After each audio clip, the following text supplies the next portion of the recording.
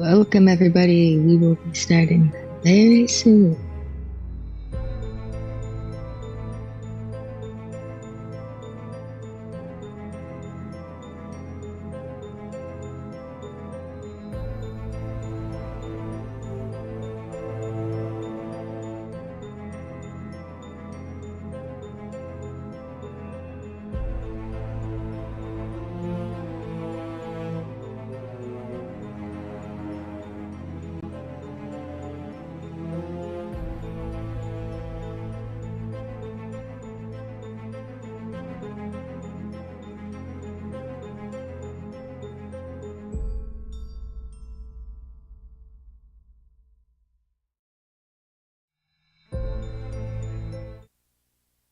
All right. Welcome, everybody, to another wonderful episode of PinTech Live. 120 plus episodes in. Kyle's favorite day of the week. Hanging out and working on pinball machines and prepping for Texas Pinball Festival and Midwest Gaming Classic, which starts from next week.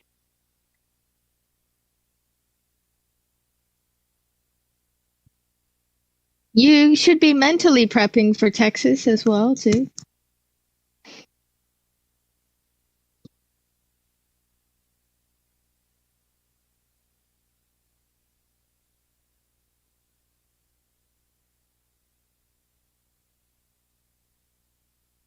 Yeah, you do a good job at that, for sure.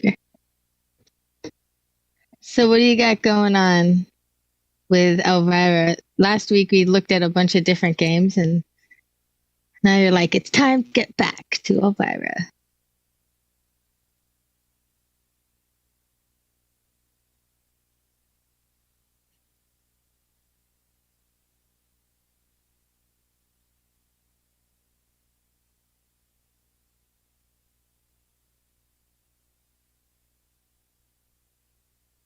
Oh no. Oh yeah, that.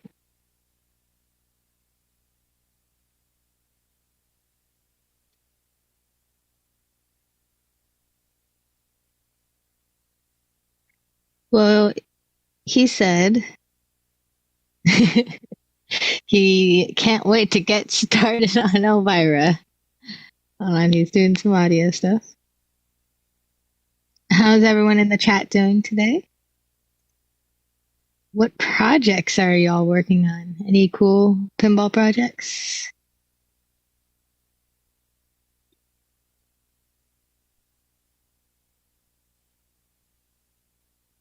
Oh, nice. Working on an Elvira as well. Armandoka. Last night, fuse for the right flipper blew. Oh no.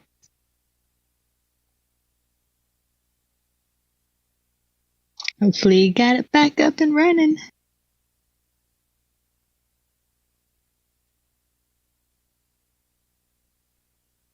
It was working before.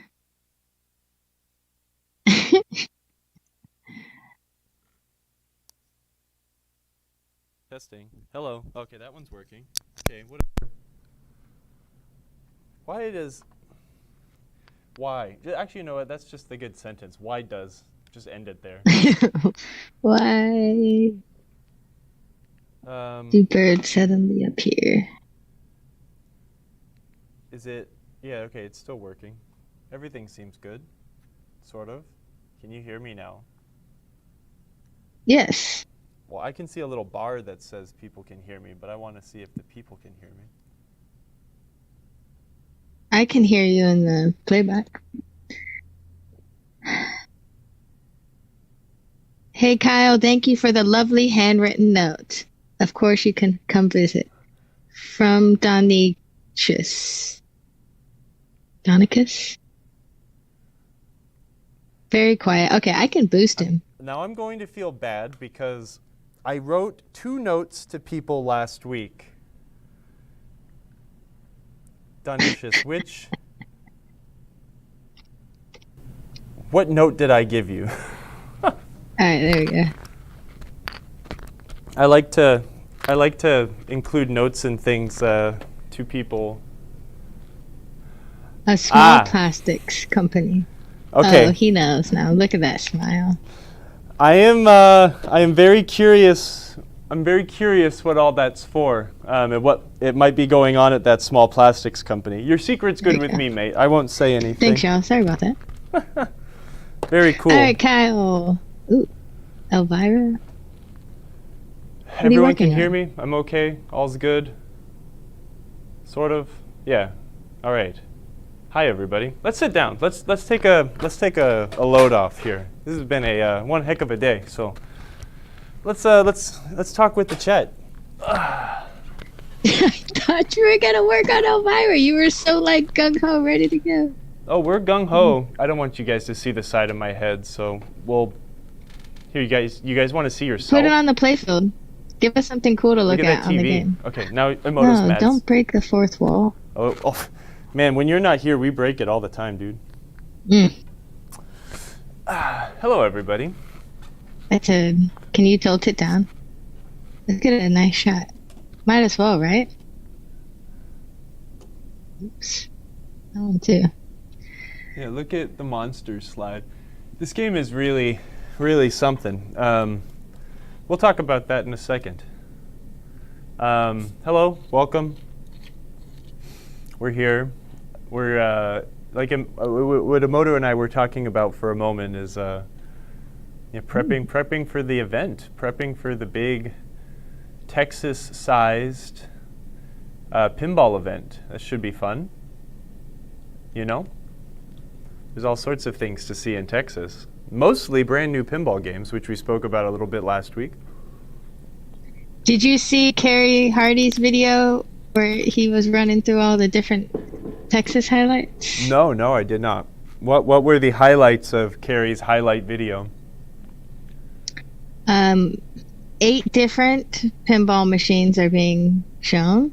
Okay. 8 different from OEMs. Yep. Do you know what all 8 of them are, Kyle? List them out for the audience. Honestly, I don't know. There's just a lot. I know the real surprise, interesting one that I'm confused about and I'm curious to see and hear about is what's his name? Chris Turner, some fellow that worked at Deep Root. Oh yeah, Turner Pinball is going to be there. I am, unlike most of the internet, I am going to keep my mouth shut until I see, but that should be interesting. I think, though, if I try to name them, I think I'll try to name them in the order that they were released. So we have Scooby-Doo. Mm-hmm. And now I'm trying to think more about the order that they're released in and not the actual game. So Scooby-Doo, you got this. You got this. The Foo Fighters, American Pinball's game, the Galactic Tank something Force. There's going to be some Pulp Fiction. There's going to be the new multimorphic game that Final something. I don't remember the name. Final Resistance. Final Resistance. The Godfather's going to be there. And then these are two games that we have seen before from boutique manufacturers, but they're both going to be there representing. Well, but isn't one of them? Well, I guess technically they're not. And I don't think they've brought it to Texas before. Maybe. Well, what then? Fathom. Oh, okay. The Fathom remake by Haggis, and that's not new though. Queen by Pinball Brothers. Okay, technically did you people play have Queen played at those ones already, but Pinball Expo? I think that was the last time it was really out in public. Yeah, man, that's that'll be pretty cool. I think that Fathom was pretty neat. It's really pretty. I didn't get to play Queen enough. It's so beautiful. The Mermaid Edition. Yeah, it's pretty nuts. Built on hardware from the hardware is interesting. Sorry, my brain's not working at all. Remember when we were talking about how our brains are mush? Now I can't. It's fast, right? Aaron Davis? Yes, Fast Pinball helped them. Yep. Beautiful. Yeah, we saw them at Northwest Pinball last year and got to play it. Played a game with Paul. It was awesome. They had this like beautiful cabinet lighting and underneath, and it was all. It felt like you were underwater. Yeah, it's pretty crazy. Such a nice game. Yeah, it's an insane time in pinball land. Here's a pop quiz question for you, Kyle. Out of the 4,000 Elvira produced, how many functioning are left in the world? Probably more than not.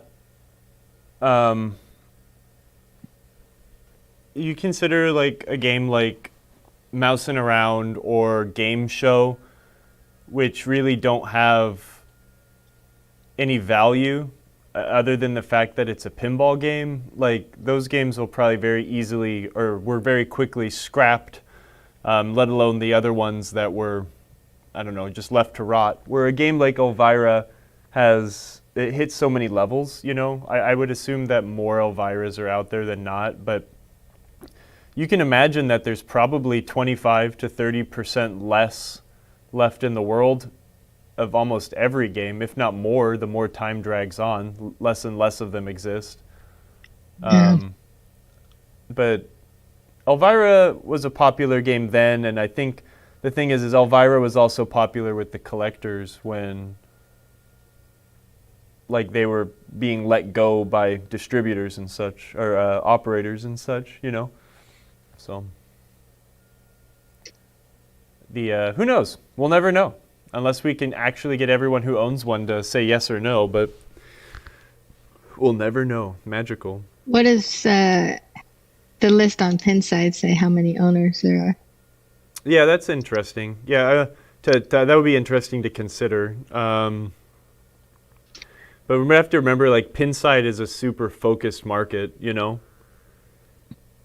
Right, so there has to be at least this many, but probably more. Yeah, well, the thing is, like, I think a lot of people don't understand either is there are a bazillion people in the world that own pinball machines that don't care about pinball like we do. Right.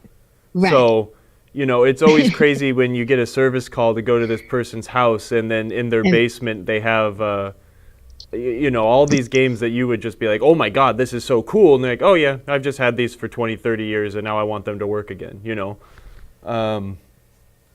So how many does Pinside say? Are you looking? Yeah, Pinside says there's 571 Pinsiders that have this game in their collection. Really?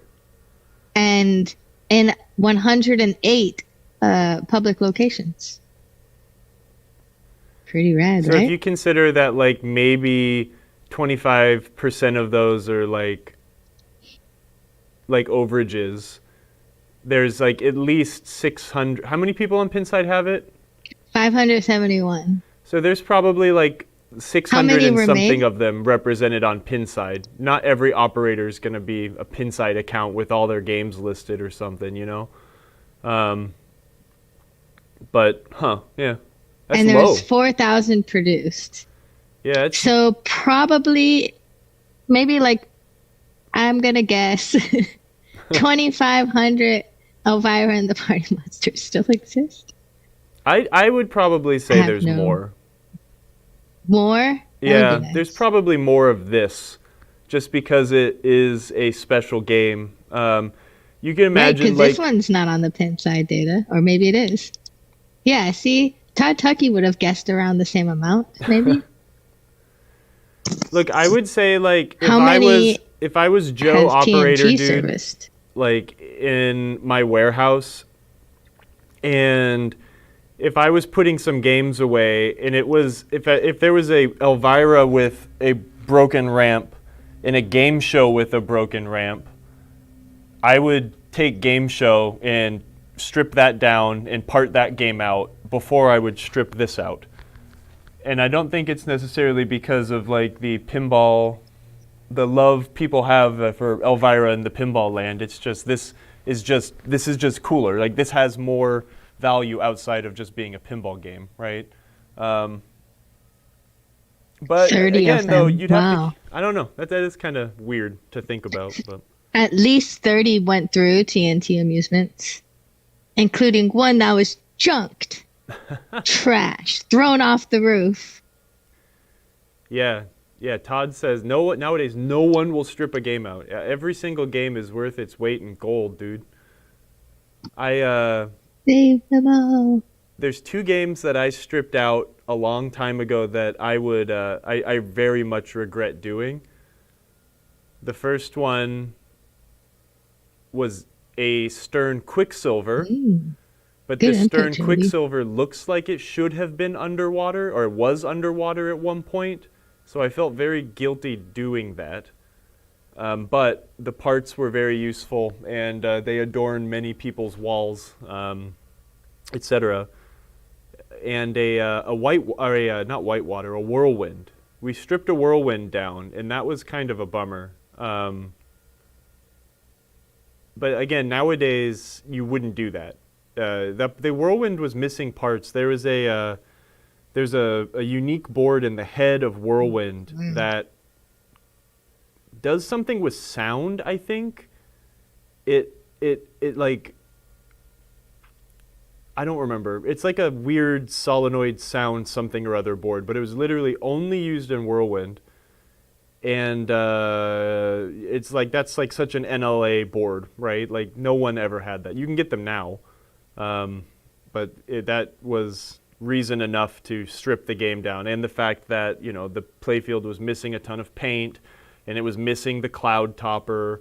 It just had a fan up there. It didn't have a back glass, and it was just one of those things where it made more sense to cut it down and use it for parts. So sad. But nowadays you wouldn't do that. But it brings life into many other games, I still have wire that I scavenged from the wiring harness on that whirlwind that I still use to repair people's games with, We had that harness in the shop, and every time we needed wire, we just go over and find like, oh yeah, I need red and white. Oh, there it is. Snip off a section, and it would go and help another game continue to live. You're a good hunter. You don't waste any of your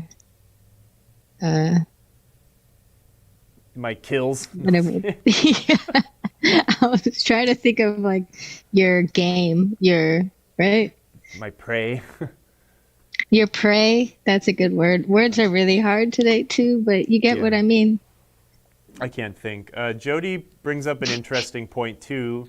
Since Jody sells so many game-specific parts, Jody Gontero being the man behind Ramp-O-Matic, judging by how many of the game show ramps he sold, Kyle might be on the right track. Yeah. So, yeah, pinball was a different time back then when things that were less complete were valued at a much drastic, like less value, right? The more complete a game was, even if it was in rough shape, that was worth its own price. But a game that was missing parts or had cosmetic parts that were absolutely unobtainium are definitely valued exponentially less than a complete game. Nowadays, like I was really happy to get a $100 Dolly Parton that was missing like almost all of the cosmetics and electronics, but it had all of the mechanical stuff. So I can go do a project with it, right? But you know, it's times are weird, in a good way though, because people love pinball, and that's testament to the fact that 7, well, technically 5, like absolutely brand new pinball machines that no one other than people that work in the industry have ever played are being announced at a show next week, right? And that's just insane. If you remember 10 years ago, or a little more than 10 years ago, Stern was almost going out of business. And now we have multiple manufacturers pumping out like hit after hit, right? It's incredible. Oh, look, cool. We got an offer, promotional offer. Oh, nice. Yeah. We love chat bots. What's up, Jaded? What's up, Jaded? How's it going, dude? Welcome. The gun plunger for Data East GNR. Oh, yeah. Can you source that, Kyle? I don't know. Make our dreams come true. That is the interesting thing. This is something that's only started happening in the last couple years, too, is, you know, when the pinball part remanufacture spree started happening, people only made parts for what they would consider the A games, right? So we're getting like Addams Family and Twilight Zone and Attack from Mars and Indiana Jones. We're getting all sorts of parts for those games, you know, until that market got totally saturated. But it also makes sense, right? The A games are also the games that tended to sell the most. And now, you know, over the years, people have started kind of doing the B and C stuff, and we have Jody to thank a ton for that. Yep, Jody really, really loves the D minus. The D minus games covered. I know, you're the special place in our hearts. But that's like the thing, right? And now, the miracle worker for the ones, the forgotten. The Data East and Sega stuff is starting to get love too in the as reproduction realm. Yeah. Now, I don't know exactly what's unique about the gun plunger because I can't picture that one in my head, Jaded, but I have heard people ask about that a few times. The fish plunger on fishtails. Yeah, that one would be a good one to repro. I think the only problem is like reproducing some of the unique stuff for some of those games is like if it's missing, you have like more of trouble on your hand. I think I'm like thinking about like the fish, the actual topper for fishtails, you know? It's like if you needed like unique parts for that, it's like, well, there's a good chance you might be missing so many unobtainium parts like the fish, right? I can't make the fish. I wish the fish could be made, but... Make the fish. We believe in you. Make the fish. I wonder if Williams got that thing custom made. I'm sure they did. Had to, right? Or they just used Billy Bass. Do you remember that? I had one of those. And he would sing. I don't remember what he sang. I wonder if they went to the company to like that made that was like, okay, we need you to make our own fish, because had to. Can we ask? Like, you think Mark Ritchie? If someone would know. Yeah. Right. I should ask. He's going to be at Texas. The fish is unique because the eye. Oh. I have to go. Okay. It's been real, Kyle. I'm just kidding. I will be back in like 30 minutes. You go. Have fun. We'll sit here and talk a little bit, but we'll work a little bit eventually too. You have fun. All right. No. Let's see. Hello, Senor. Wicked Piss of Pinball Pit. We need Bally inline drop target mech replacements. Originals are hard to find. Yeah, well, I think that's the problem is I actually don't have one. I've, oh, hold on. I don't want, you guys don't need to see my zoom camera in the bottom corner. Let me, if someone were to send me that, I don't think I have files for that. And I mean, I'm being slightly selfish, but like I don't really want to take one of my games apart.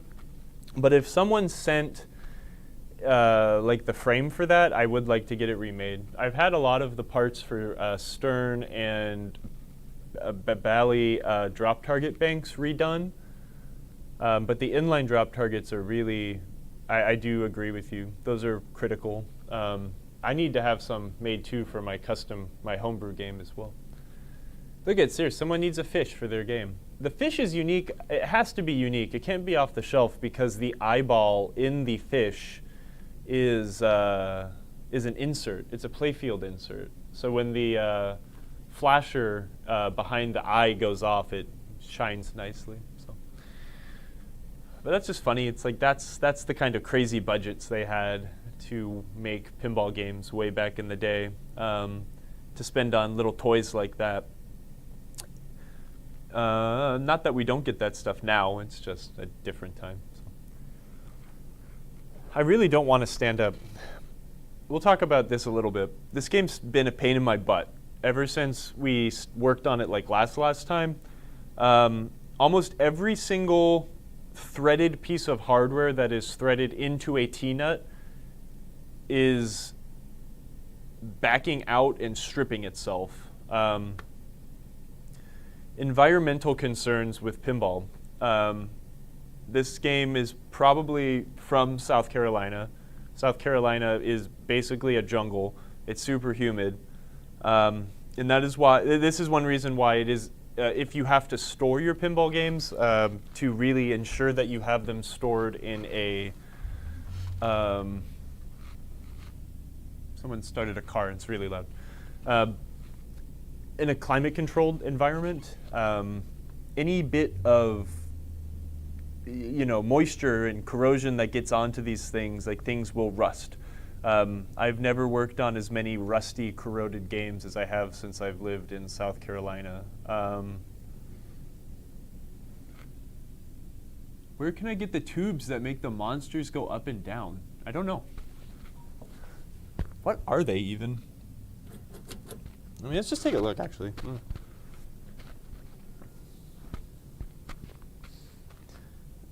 I can't change the cameras fast since Emoto's not here, so you can look at Viking.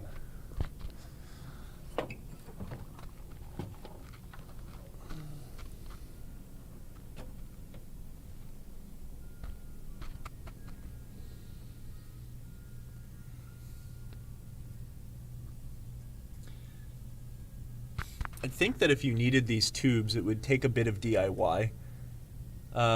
It looks like it's a hollow tube. I couldn't tell you. I could try to get measurements for you, but it looks like maybe a I don't know. Let's just throw a 3/4 of an inch maybe diameter tube that has holes drilled in it, so they can be affixed to the rocker arm. I don't know if both sides are the same thickness, but or if they have the same size hole, right? Because this pin probably also goes through this plunger. Maybe we'll disassemble it at some point, but they look like they're not special at all. They're just... Oh, crap. I forgot about it. Ah! The plunger and my microphone's falling off. Man, today's one heck of a day. And just a thin-walled tube. They look like they have a some sort of a nyliner when they pass through the base. And then the party monsters, the boogeymen, just slide on top. Yeah.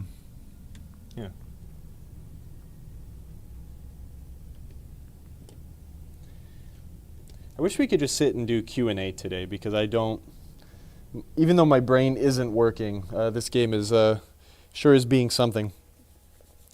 We're kind of at the point where I screwed up. This morning when I was leaving, I forgot to bring my parts box and my wax, so I don't have my wax, so I can't actually lay down the last thing I want to do on this game. I have posts. I was going to start putting new posts on the Playfield, and then I realized, oh crap, I should wax because I don't want to get the new posts dirty, and then one thing led to another. I didn't have my stuff. Another problem is every time I tried to unscrew something in a Tnut, it would destroy itself. So that was problematic. I did this off camera, but I brought a very small bolt cutter, and I was able to cut these posts off because I wasn't able, the tops of the heads were, the screws were stripped, and I had to try to hold the Tnuts in place. I don't know if you guys remember when we were talking about that. Yeah. So maybe we'll kind of move our way along, but I've kind of got as much of the dirt as I can off of the game. I need to try and buff some of the blacks down here better, but I also don't want... You see how it's a little smudgy? I'm afraid that's just the condition of the ink on the playfield, just due to storage, etc., but I might be able to get that a little bit better. Yes, I do need to clean the shooter lane still and remove the ball serve habit trail here. But, again, I don't really want to start on any sort of reassembly until we get the game waxed. So I don't want to spread the wax onto the new posts. But, yeah, that's kind of where we left off, or where we are leaving off with Elvira. Yeah. It's a fun game.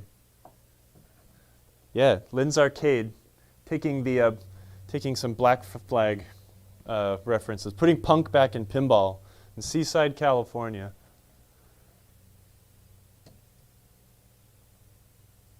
Oh, dude, things don't go as planned all the time. The problem is it's mostly my fault because I forgot all of my stuff.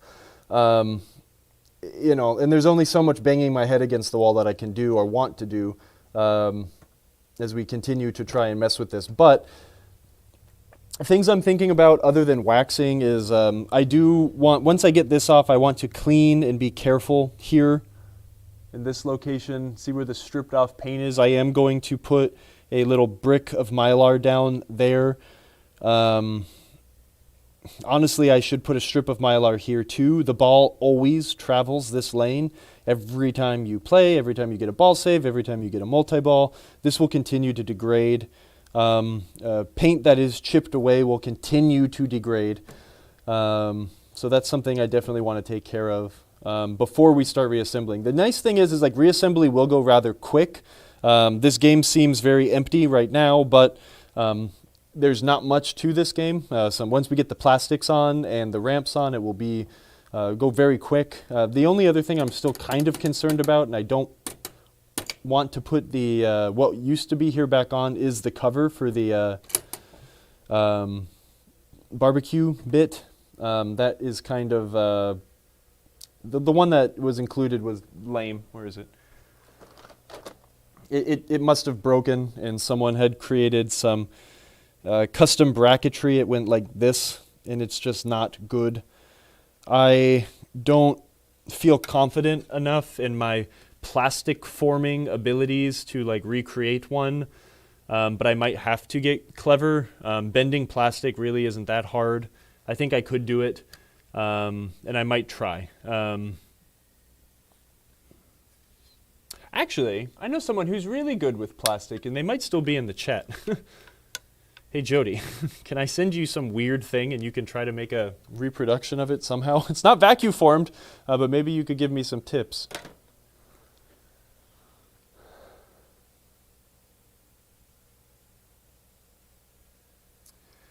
Do you do a clear coat on playfields that you're doing? Remember me saying that buying diamond coat games if you see them? Yeah, well, original clear coats are great, in my opinion. This game predates diamond plate. This was a thing that pinball manufacturers did for years. Short answer to the question, just in case you want to go. No, I don't clear coat my playfields because I don't have the skills, and I am not... That's not my jam. There are some games that I do have.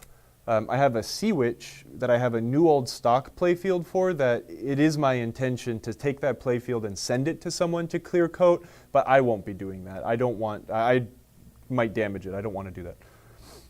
Playfield coatings have evolved over the years. Bally back in the day did something they called Tough Coat. And again, these are probably all like a lacquer-based something or other that they would apply to playfields. Gottlieb in the 80s did something really interesting where they made I think it's called a venticular playfield, but what they did was it would be a sheet of plastic that was printed on and then attached to the playfield. So you were playing on a sheet of plastic with graphics on the underside. I believe that was the orientation. There were some games, I think, in the 80s also. The early 80s, Bally was experimenting with also plastic playfields. Playfield wear has been a concern for operators for a long time. Now, we know in the present day that good maintenance, cleaning the games, putting new balls in them, will keep a playfield looking very good for a long time, even on older games. But, that's just nature of the game. Pinball is always destructive because we have a steel ball being launched around on things that are not also made of steel. Steel versus wood, steel versus plastic, right? Steel's always going to win. Sometimes, maybe, I don't know. Anyways, but as time went on, the clear coating and the coating of playfields seemed to really be the best option. And in the early 90s, right at the end of the 80s, Williams, and we talked about this a couple weeks ago. It was with one of Williams' subcontractors, this company called Sun Process. Sun Process came up with a coating for the playfield that Williams, that they called the diamond plate. And it was exclusive to Williams because they only made playfields for Williams. So on a couple games in that time, of course they're doing internal testing on these sorts of things, but there were sample games released with these coatings. Games that you will find with these coatings, I think, that aren't standard were like roller games. I think Funhouse was not a game that was factory diamond plate all the time. So, games between roller games and those very early WPC titles would have experimental diamond plate playfields. Diner, yep. Hey, first time chatter, thanks for mentioning that. Diner was another one. Again, so I think the cutoff was around 1990 going forward. But then basically all of our WPC games in the 90s had what Williams called diamond plate. And essentially it is just a car clear coat done in some sort of a way that they made proprietary and called it diamond plate, and people loved it. So you'll see that you'll see this in like some manuals as well, like some of the documentation that came with games, where they'll say they'll be selling diamond plate to the operators, right? Because a commonplace in the 80s was putting a sheet of Mylar over your playfield, right? The Mylar protected the finish, and it's also very easy to clean. But you'll see this in the beginning of some manuals in the 90s where it's like, how to take care of your new Bally Williams Midway, whatever orientation they put it in, diamond coat playfield. Here, continue cleaning it this way, use Novus, that's what they recommended. This, that, and this, enjoy. But they did put a little quip at the end of that, which I always found funny, was that, due to this new playfield coating with enhanced wear abilities, we aren't including playfield Mylars with the game. But if you really want one, here's the part number, reach out to your distributor. So you do see some games in the 90s that are Mylar'd, which I also am a fan of. I like Mylar. Mylar's good. Mylar saved a majority of this playfield on this Elvira we're looking at right here. Everywhere that doesn't have that sheet of Mylar on it is not nearly as brilliant as the sections that are covered. Now, don't misconstrue this and don't go cut a piece of Mylar for your brand new Stern or Jersey Jack game or something and feel like you need to do that. The playfield coatings we have now are probably superior. Time will tell, but I remember seeing Lords of the Rings when they were new. That game got played the heck out of the place I played it when I was a kid, but there was already wear on the inlanes and stuff on that, where now we take our new Stern titles that we get and they don't wear out nearly as quick. Anyways, yeah, Playfield coatings, interesting stuff. I'm glad that so many people went through the effort to Mylar things and keep a lot of these 80s games happy for today. Old school EMs, what's up, man? I know I need to send you some pictures. I still have, I will get into that room this weekend. I had to emergency take a lot of my plants from my porch and put them in my pinball room because we had another false spring and it got down to freezing again. I didn't want all my plants to die. So, yeah, so I don't know. Sorry, that was a lot of talking, but anywho, the nice thing about Mylar is it polishes up nicely and it's good to, it still looks nice. The downside of Mylar is it does start to peel, especially if people use harsh, like petroleum-based cleaners that can get up underneath the sides and start dissolving the adhesives. But yeah, again, like let's keep on the Mylar train for just a second. You can see, let me try to block that glare. Where's my shadow? Can you see where the Mylar is, isn't, starts and begins on this section right here? Most games in this era would have what you'd call a Playfield Mylar and then a pop bumper Mylar. And this is something Stern still does, is put down pop bumper garden Mylar platter or Mylar covers as well. There's just so much action in this area. And if you think about the anatomy of a pop bumper, right? Hit a switch, and then the ball gets slammed down, pushes in, and rolls around, and it does this very quickly all the time until it dribbles its way out. So this is a very high wear area, right? Anywhere where the ball is dropping a bit is a pretty, what you would consider a wear area. Right, and here's, I don't know if these are factory or not, but, because I'm not sure if this is a factory or like a day one installed Mylar. I'm not sure. It looks like it is a Williams Mylar and not something handmade. Just looking at some of the shapes. You'll see Mylars that are cut in this fashion. See this triangle bit? Because Mylar is a lip.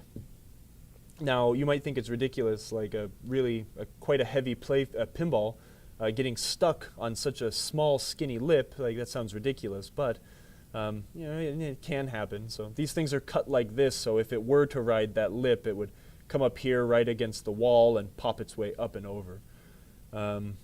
Sometimes when you see homemade Mylars that cut them square or something like that, but what I was getting at for a second was this might not be factory installed, but this is something I do even on my new games, is install a nice little Mylar square on a drop point. This is right where the ball is being dropped off from the ramp, and you can see that if this wasn't here, this would probably look like that. That's just the wear of the ball hitting and then falling. Now, I think a lot of the wear we get on this particular game and this particular playfield is just extremely worn pinballs. When your pinball turns into a little bit of sandpaper, that'll happen pretty quick.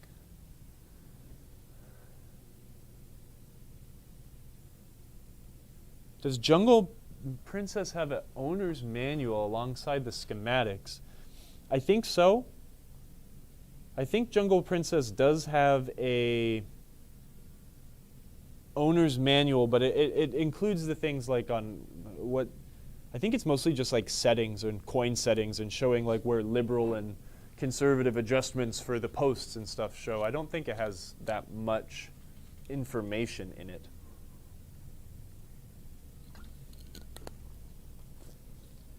The Williams games, on the other hand, had owner's manuals that were just full of good information. The what every position on a stepper unit relates to, what every single switch on a relay stack does. Those sorts of things are really, really useful. Gottlieb never really did that. Anywho, what should we work on all of our? I think I'm just going to keep novicing things and hope you guys ask me more questions that I can answer in long form.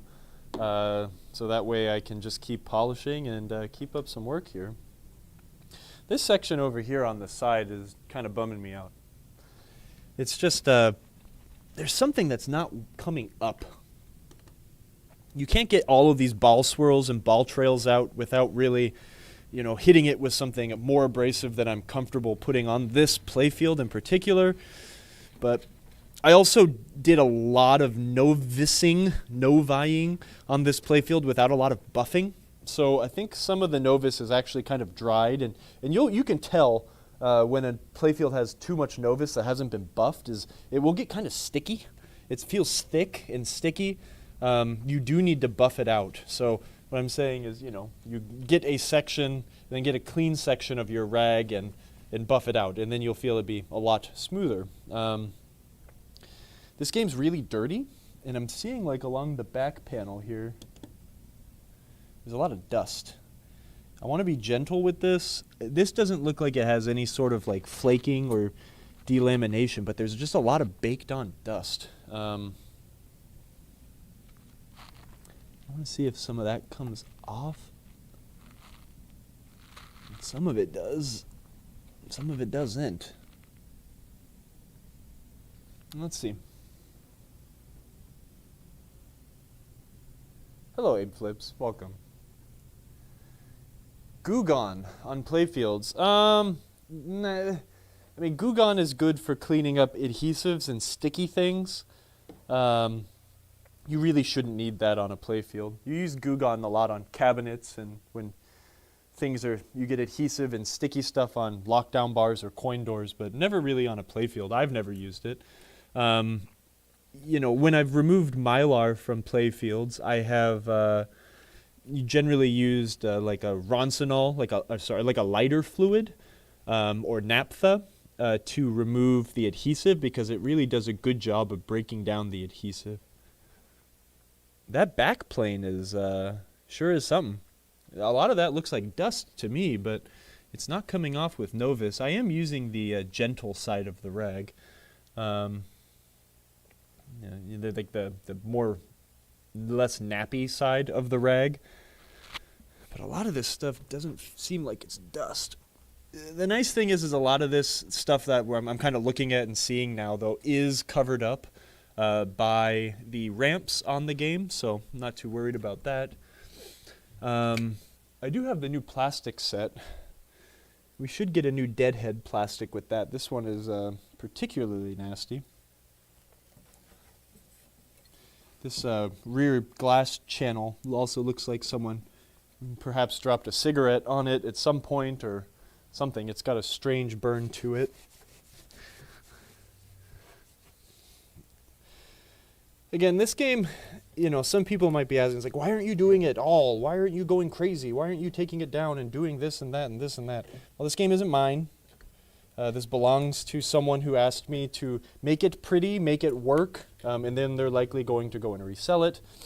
The customer approved me to put all the cosmetics I needed into it, such as new parts, but this game also is kind of a bit far gone to do like a real thorough teardown cleanup, because you're still going to end up with a game that has a lot of wear elsewhere,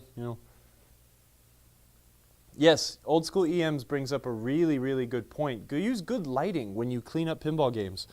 When you're really trying to get all of the nasty and the dirty and the icky off of the playfields, using good lighting and using that light to your advantage while you're rotating your head and looking for those dirty spots, those non-buffed spots, is really, really a powerful tool in your tool belt of things that don't really cost money.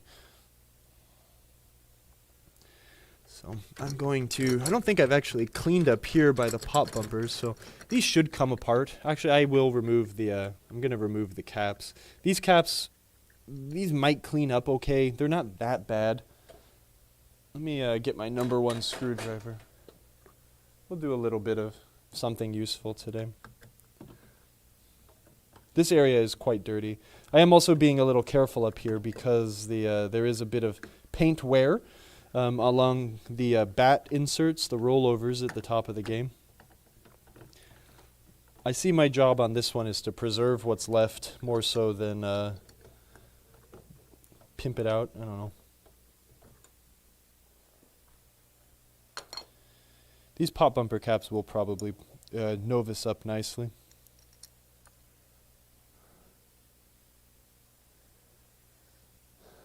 Donicius gave me a long form question. I will be looking at that in just a second, but Abe flips, cleaning inserts from below when light does not shine through.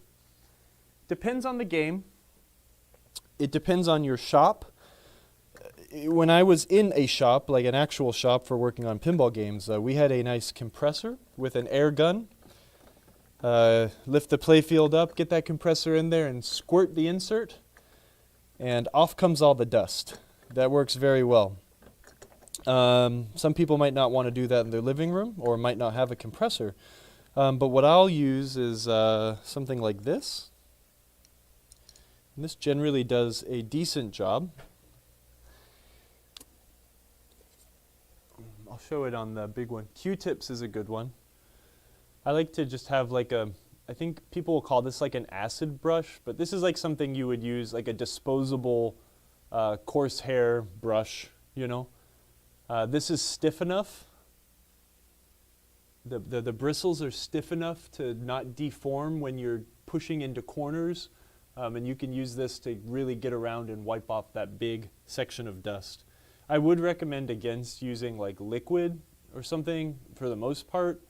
Maybe like Novus 1 or something very like water-based so it dissolves, but you know, you don't want to leave anything that'll leave a residue on the insert because it could cloud it depending on color. And not only that, you know, the inserts get dusty because of all the dust and coil dirt underneath the playfield. If you leave something with a residue, well, then it's going to attract it even more, and joke's on you, it'll turn it into a paste, and it won't just be easy dust to wipe away. So, yeah, Qtips or a brush would be my best suggestion. That's what I do. All right, let's read this good long form here. Long form question. Any mechanical or rule differences between this and Scared Stiff that are interesting to me?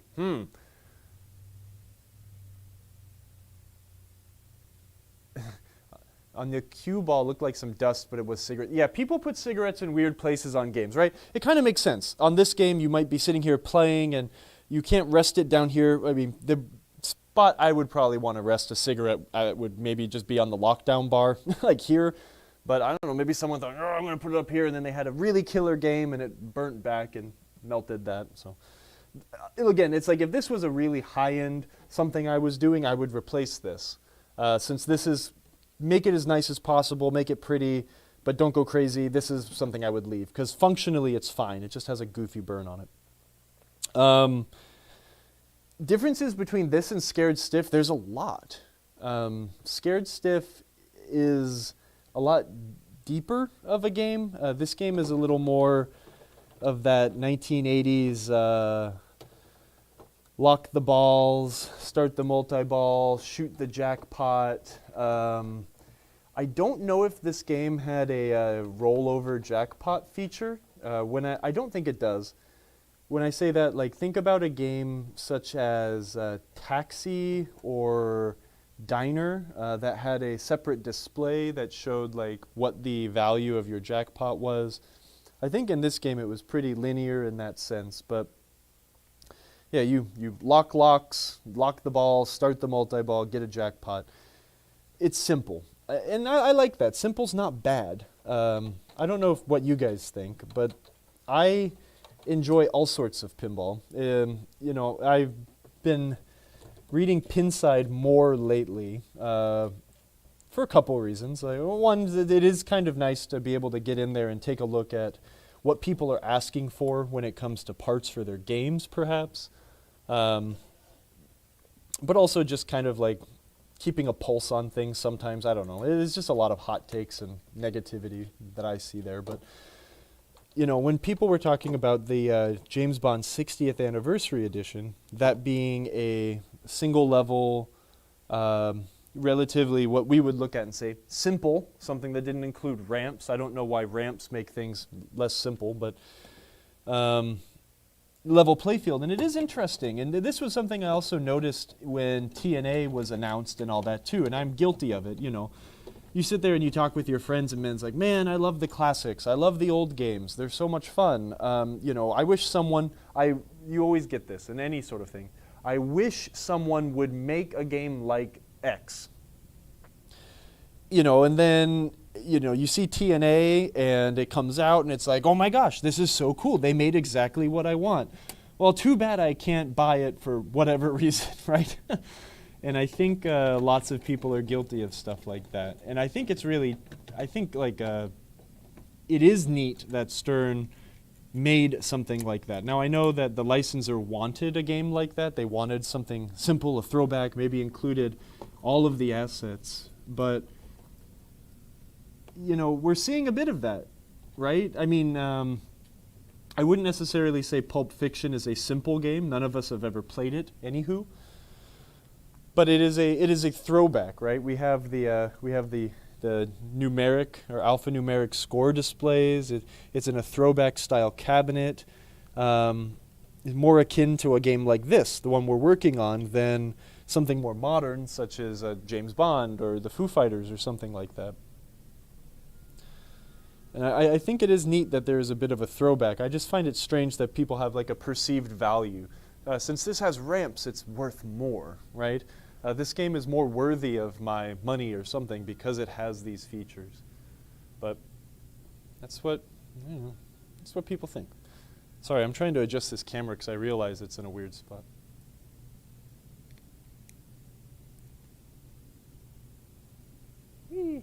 Dude, the artwork on this game is incredible. It's funny. It really fits the bill. It's Elvira, right? So we have Elvira-esque things, but just Greg's artwork style is fantastic. This back glass is just one of the greatest. It's funny. There's so many little details you'd miss too if you never really got close to these things, right? A skeleton and a ghost in the top of the mansion here. That's absolutely, oh crap, you can't really see that. Looks very much like the Addams Family house, right? Little funny details like this on Dracula, right? Like the I gave blood pin, the plasma red. Type A, vintage 1931, imported from Transylvania. The creature from the Black Lagoon is holding up the barbecue. There's just so many fun bits to his art. Most of his games have funny bits like this too. Most of them. The ones where creativity could thrive. I'm scared to take this screw out because I feel like this one is probably a Tnutted screw. Let's see. Let's struggle. We need to get that thing out anywho. Let's see what we can get. One thing I do want to try is sometimes when you have screws that might have some sort of corrosion, you can try just hitting them. Sometimes a little bit of physical force can knock some of that rust loose.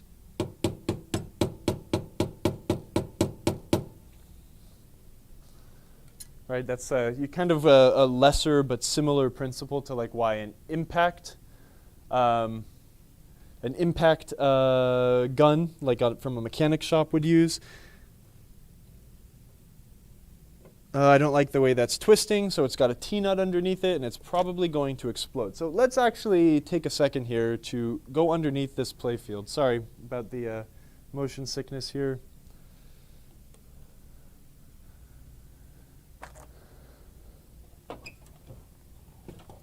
Thing is, like, I need to do these things, but I don't want to do this until I'm prepared to fix it. And oh my God.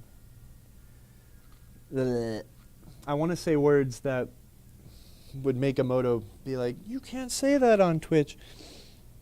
Actually, what is that? Is that T-nutted under there? Where's this one go? Sorry, you guys can't see that. That's a wood screw. Okay, so the one that I was just unscrewing, and I'm glad I stopped, because I think what we're going to need to do is I might actually need to bust out some sort of a solvent. That's the T-nut. It's underneath the pop bumper base. When I started twisting that thing, it didn't feel like the screw was like gently, nicely twisting inside that T-nut. It's bizarre. I don't know. I'm guessing it's rust. I'm guessing it's based on corrosion. But, you know, We had the problems with these ones down here.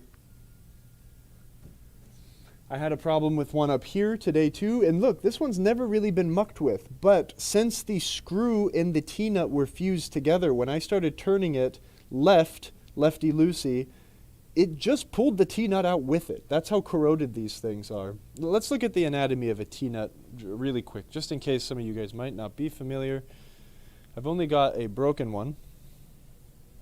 Let me fix it. Don't do this and then put it back in your game either. That's dumb. But I can air quotes fix it so you can see what it's supposed to look like. I'm gonna get a different tool.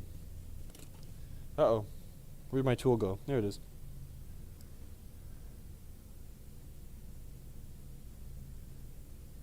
Heat the bottom with a soldering iron. Yeah, that's not a bad idea. This one's not Loctite though. This is actual rust. Well, that one broke. What a Tnut is. I wonder if I have the screw that. It doesn't look that bad now because I think I was messing with it, but I mean, you could see right at the bottom of that, the thread on this screw, I mean, even without the focus, it's very white. That's all that nasty, icky corrosion that this thing built up against its nut. This is a Tnut. Back up, back up, back up. Man, I wish Emoto was here to focus the camera. It is a barrel nut. So this bit, you drill a hole. This bit, right, let me get a poker. This bit right here sticks up into that hole through the playfield, and it's threaded, so a screw can thread into it. A machine screw, not a wood screw, right? And it's got these little feet, these little cleats. Oh, Emoto's here. She's listening. Okay, cool. Thank you. Her meeting must be extremely boring, like most meetings are. So we've got this, and these cleats, they go stick up into the wood, and that allows essentially like one-hand operation. Right now, Tnuts are really, really useful for manufacturing. This is installed in a step. When Williams was building this game, and when Stern is building games, when Jersey Jack is building it, when Chicago Gaming, anyone who makes a pinball machine, most of them still use these things. But when you're on the underside step, these things are pounded into the holes that they need to be pounded into. And then when you're doing the topside stuff, you can screw things in, you're done. You know, because people ask, well, why don't you just use a nut? Why aren't nuts used or something like that? Well, you know, because in an assembly line, that just won't fly. You can't stick the post through and then lift the playfield up and then put a nut on the other side and hope it's all good, right? So these are really useful in manufacturing. They hold themselves in, and it's a one-hand operation, essentially. Now, why am I crying about these things being so screwed up? Well, you see the way the cleats are formed?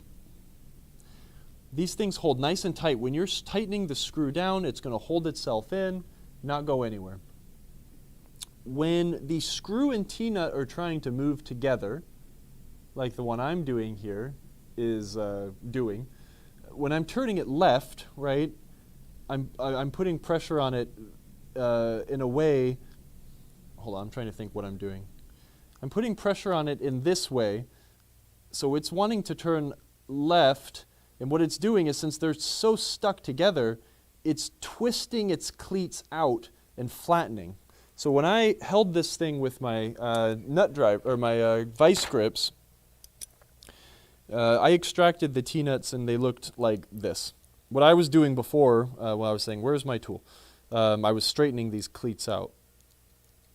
But since these things were rusted together and I was turning my them in unison, it just backed itself out. And we have a very flat T-nut, which now is not doing anything. So, sorry, my computer's all goofy. We got kicked out of the Zoom. Oh, maybe Emoto's coming back because she's moving the stuff again. Anyways, I hope that was descriptive. Hi, Daniel. Welcome. Nice to see you here, friend.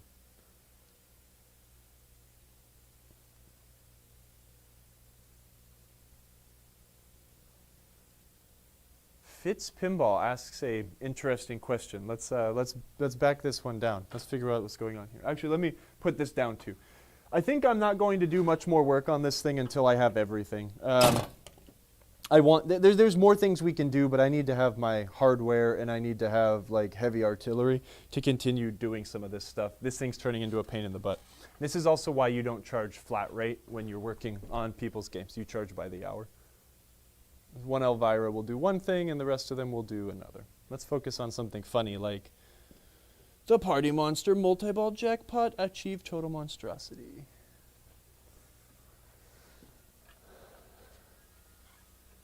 Hi Dragger, welcome. Yeah, we're here, we're just talking. On my Elvira, when I complete the last letter of Elvira by shooting the ball on the monster slide, the fuse for my right flipper blows. Any idea where I should look? Well, I think, and I don't know, but I think that that could be consequential. There's nothing in regards to spelling a letter that will cause the flipper to explode, as far as I know. Now, if we think about it in this way, right, when you're shooting the monster slide, which is the left shot, right? That is the left shot, correct? I don't remember what the game looks like now that it's all apart.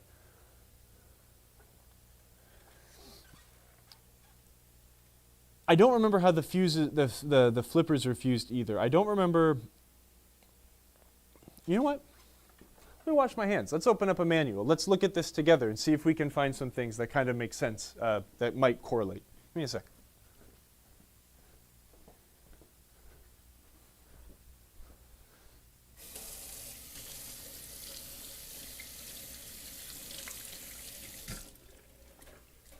All right. I think we should achieve beverage as well. I don't know if you guys can still hear me. I hope you can.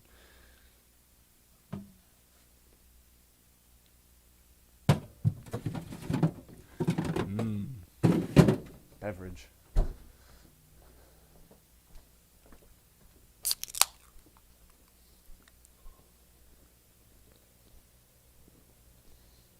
Let's do this. Let's even point this camera at me. Yep, we can still hear you.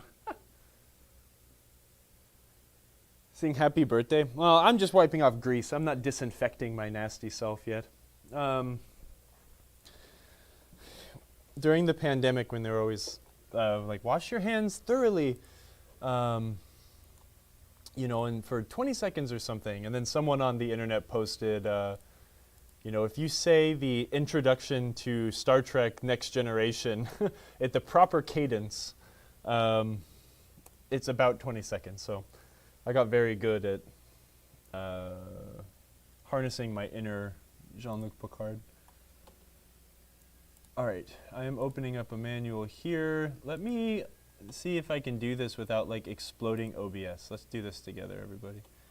We're going to capture a window. I wish I was like real slick like Jack or people who are good at streaming. Window capture. We're going to capture Chrome. All right, check it out. Now you can see part of my desktop.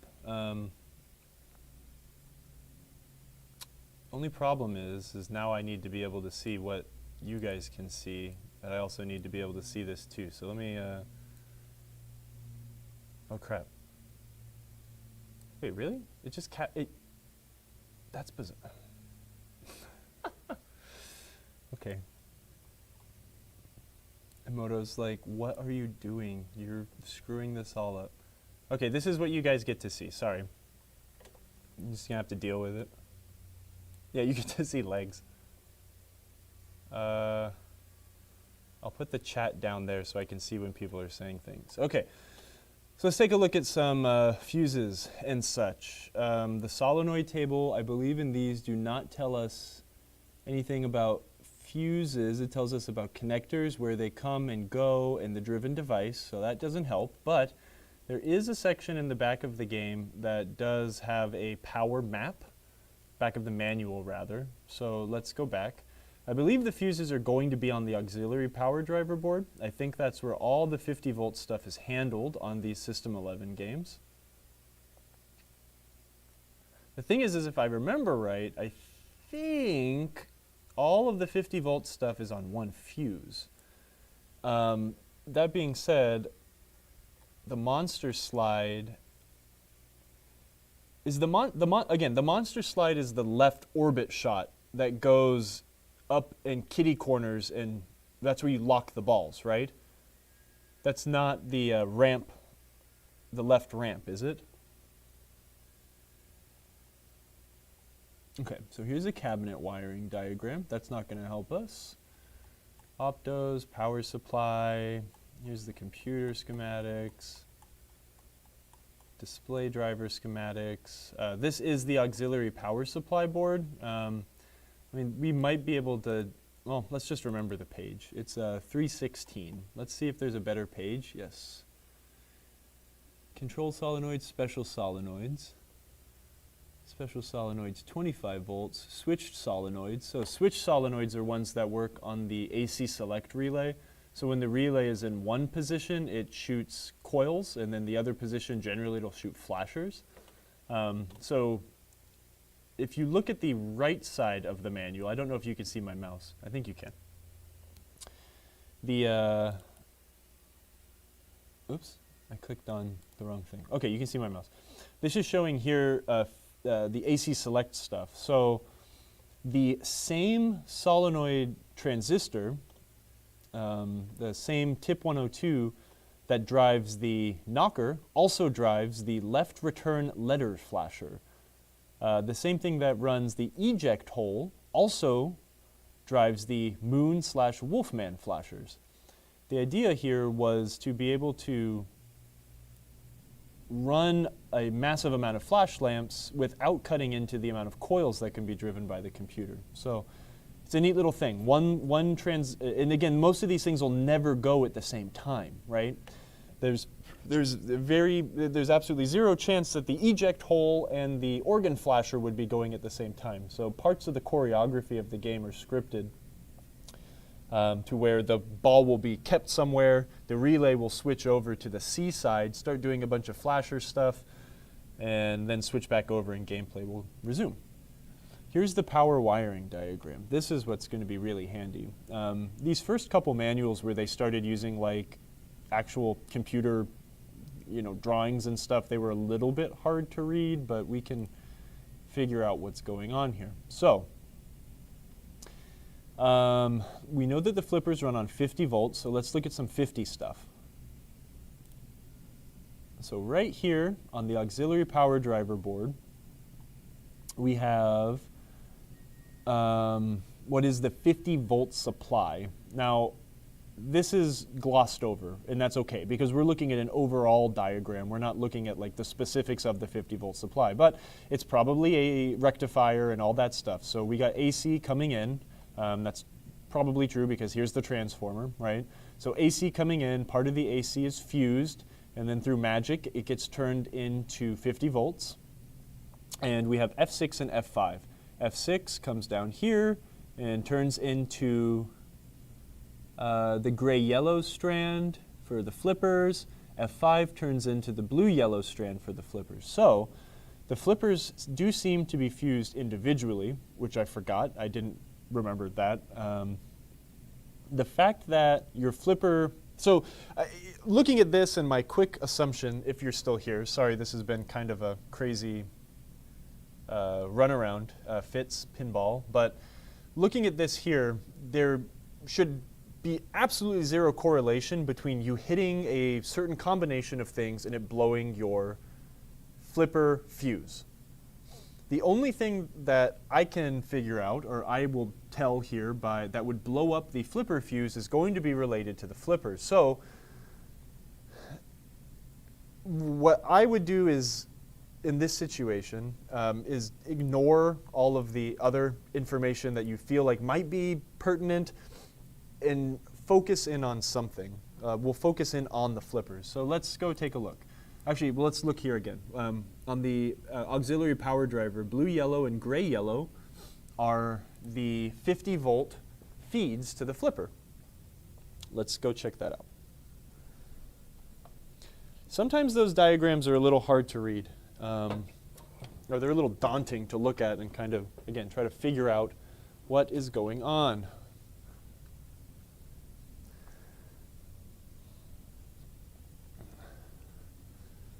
There's our blue-yellow 50-volt feed. There's our gray-yellow 50-volt feed on the correct side of the diodes. What would cause a flipper fuse to explode? A big short or much too much current draw. If we had an absolutely melted coil, there was like zero resistance across that coil whatsoever, as soon as you activate it, it would make the flipper explode. Yours is working, obviously, so we can rule that out. Way too much current being pulled through that fuse. Well, if this end of stroke switch here is an opening and closing and doing what it's supposed to do at the exact times, that can cause the flipper to blow. And loose, icky, falling off diodes will also do the same thing. Check your diodes, check your end of stroke switch. Don't just look at the diodes either in this sort of a situation. Sorry, I'm trying to find a poker. Where the hell? Here's a good poker. Obviously with the power off, but do something physical. If you can't get it with your fingers, get a screwdriver, stick that in there and lift that diode up. See if it falls out. See if one of these legs is cracked off of the diode. It might work well enough, but just it so happens after a couple flips or a bunch of flipping, it decides to fall out and explode. That will make fuses blow. The fact that the game is working after a certain amount of time, you can obviously spell Elvira. I mean, I wonder if this thing is starting to get hot. Maybe your end of stroke switch isn't opening correctly or doing what it's supposed to. Do you have any, like, did you do some previous work, some recently? You know, a lot of the times I'll tell people to double, triple, quadruple check what you have just done to the game because maybe you left a mistake. Those are all things to consider. It looks like Emoto's coming back. It looks like no one's talking either, so I must be extra boring right now. Everyone's fallen asleep. Hi, Emoto. Here, I got you, don't worry. Oh, wait, you're not on this one, are you? Oh, there you are. Yay, I'm back. All right. Hello. Welcome back. Hello. We just went through a bunch of stuff, looking at schematics and stuff. I focused you on the little Tnut. Yeah, Was it a Tnut? We were so happy that you did that. Thank you. Sorry to catch it sooner. I was like, oh, wait. Okay. Yeah, we were looking at the, Oh, thank Hello, you. everybody. Look, everyone's all like trying to be like, no, we totally weren't sleeping. It was just really interesting. Yeah. Listening intensely. We kind of decided to give up on working on the game right now because I went to go take off one screw so I could clean underneath that thing, and it feels like another Tnut is absolutely coming out. So I need to bring some heavier artillery, and I think that might actually be a good episode that this was supposed to be that it didn't turn out into because I didn't have enough good stuff. I want to finish this dang game so bad. I'm sick of it. Oh, I see. Everyone's listening intensely. Hello. When Jade says, like, when we were in high school, no, Mr. Smith, we weren't sleeping. We were just concentrating.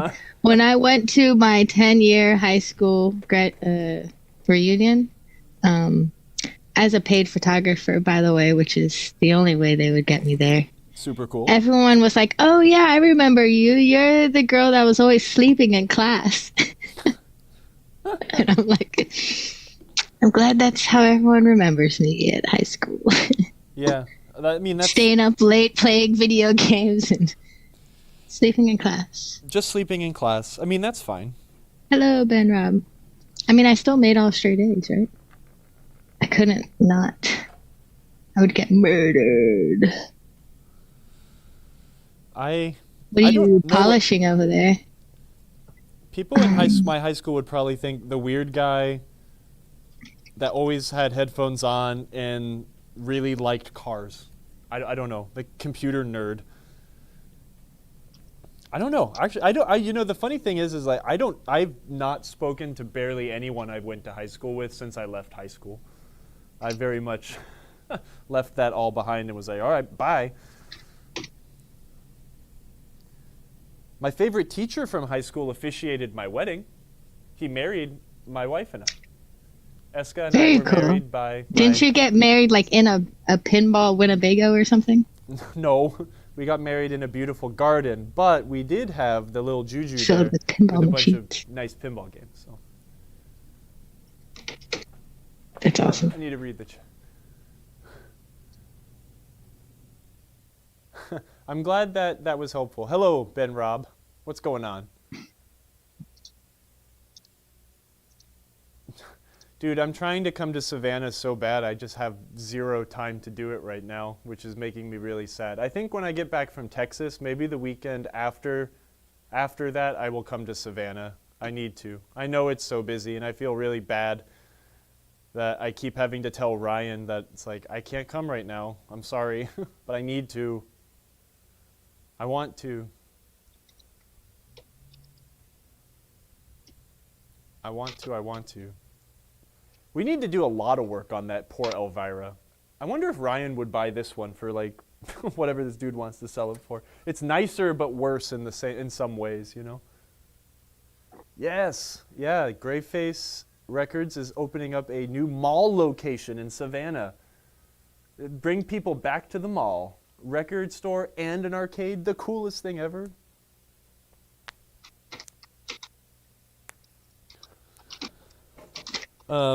What were we looking at? We don't need to see this manual anymore, do we? I like looking at manuals and explaining what's going on there, but I hope that was helpful to Fitz Pinball, who may or may not still be here.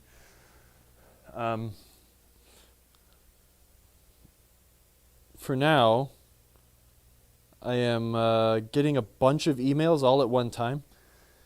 I guess Stern just released a new code update for Foo Fighters that probably not a lot of people have.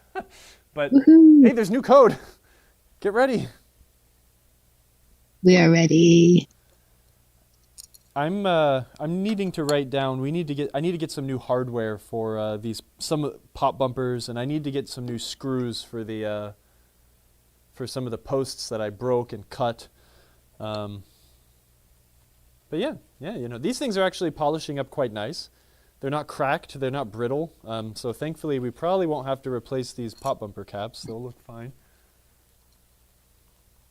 Foo Fighter Day Zero patch. Oh, Fitz Pinball is here. Thank you. Take a look, man. Just take a look at those flippers and see what you find. I think the other evidence you provided is consequential, not causational. So. Oh yeah, Kyle, while you're polishing, yeah.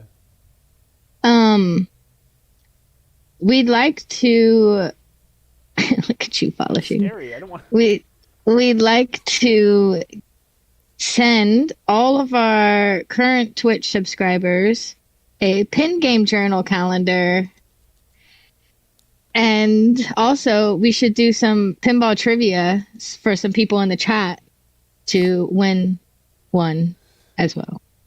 I mean, yeah, that sounds fun, but I like when you pitch. You've exhausted all your... Should I ask ChatGPT for a pinball trivia question? No, don't let the AI involved with any of this. Come on. My brain is so dead right now. It's like, it makes me sad that you're making me want to come up with pinball trivia.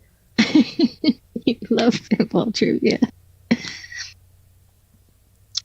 Oh, that's a easy one. I'm not doing that. They didn't even give... It was asking, what year was the first flipper introduced? That's good pinball What was the name of the machine? We've done that one before, like, at least 10 times. Okay, well, actually, here's a good pinball trivia.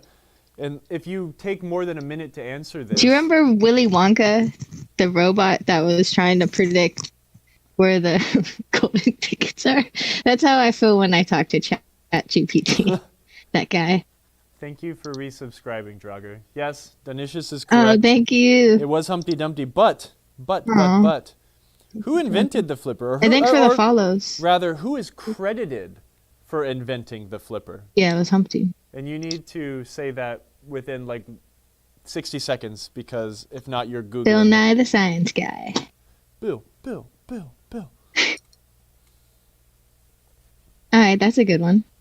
So your question was, who is credited for inventing the pinball flipper? Yeah, First person to answer, I will widely accepted award you with a calendar that has very cool pinball art and most of the pinball shows, big ones, on the calendar. Super cool by Pin Game Journal.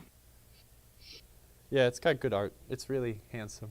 Look at that. Mm-hmm. All the Google Foo Warriors aren't here. AKA, what's his face? Jackie D? Bat Out of Hill by Meatloaf? Or Is he a big Foo Fighters fan? No, he's the #1 Googler of all of our... Oh, no, he is Google. I mean, he like has it installed in his brain. He's not actually Googling the answers. That's a hard pinball trivia. And since it has been more than 60 seconds, the most accepted name is Harry Mabs, who was an engineer at Gottlieb. Maps? Mabs. Yeah. Americans had weird names back in the day. Like all these people in the 40s, and I think everyone hated their last name so much that they just changed it. Because when's the last time you met someone named Mabs? Never, actually.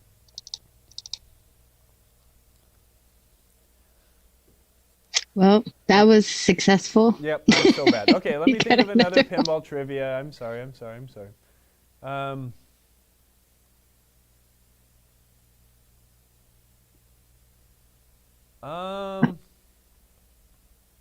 See, the problem is, like, I'm thinking of some stuff now that I don't even know the answer to, but I think I do.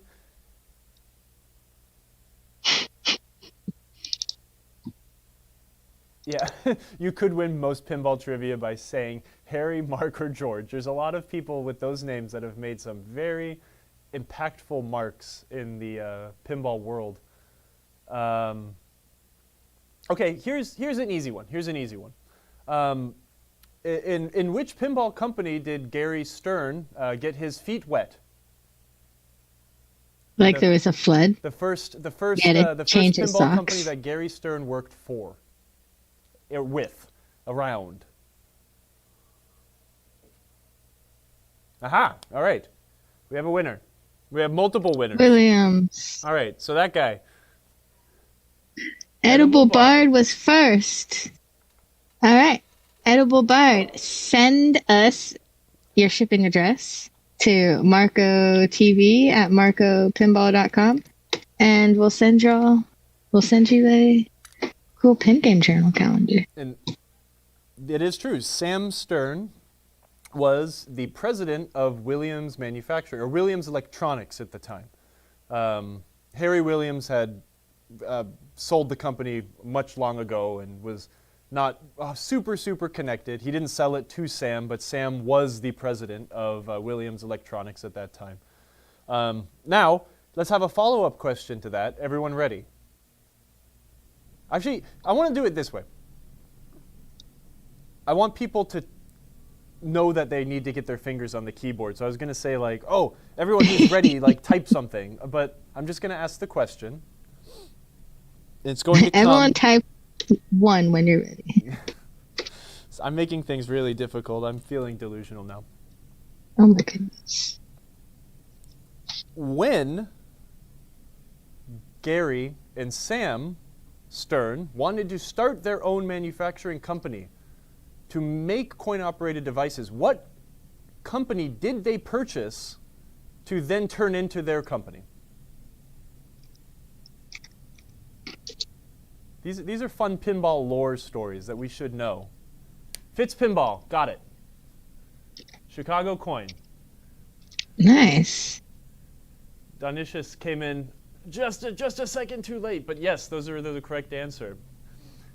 They went and purchased the manufacturing and the rights of Chicago Coin, which was another game manufacturer in Chicago. Chicago Coin did make some pinball.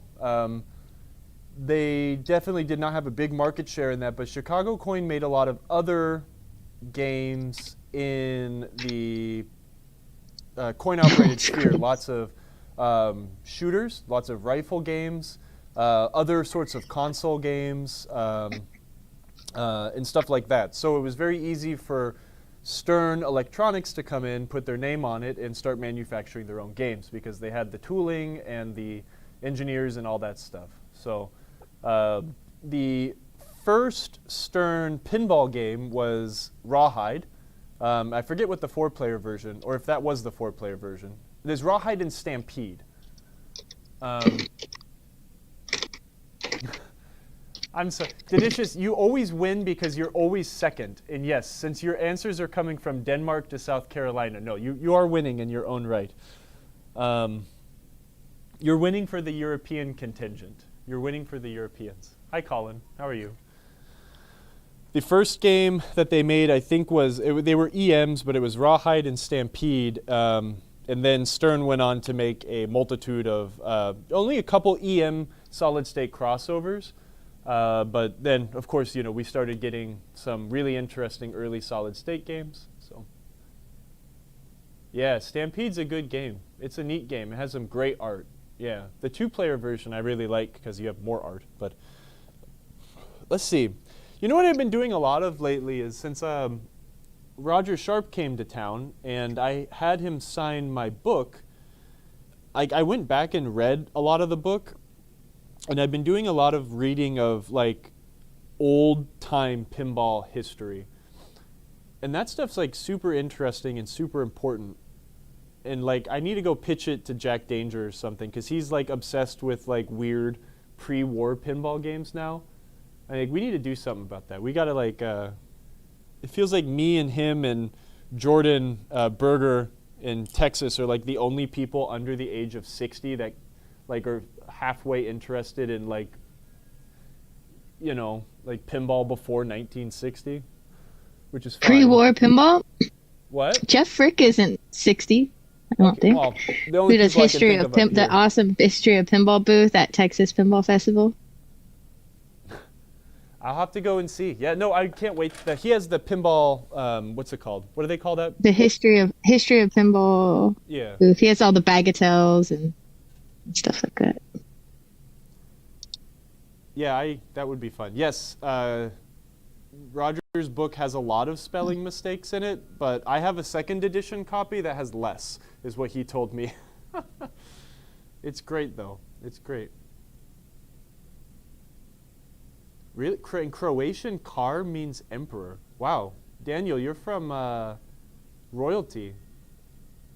That's interesting. Oh. Yay, thank you, Edible Bard. Congratulations. I'm going to think of another trivia now. Yeah, that was good. That was a good run. Wake up, Kyle. I'm trying to think. After Elvira's done, what are we going to work on? I don't know. This game is going to be Maybe we'll get our Foo Fighters then, and we can bring on Jack Danger and do our show. Yeah, definitely. Well, we'll get... That'll probably be in a few weeks because all of us are in a mad triple hitter hustle. Actually, quadruple hitter because last weekend too was Louisville Arcade Expo, but TPF, then AMOA, and MGC right after. It's going to be a busy time in pinball. I'm trying to think of a good question, man. This is hard.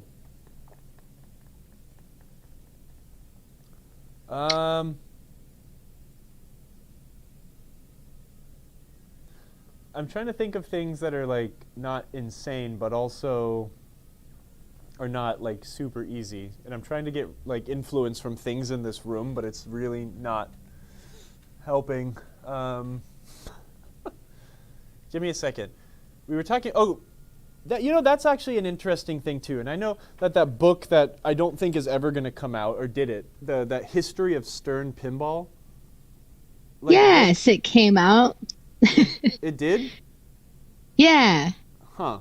I thought that I backed that. Paperfly? I have mine. Oh. I can bring it next time I'm in town and show it to you. It's really beautiful.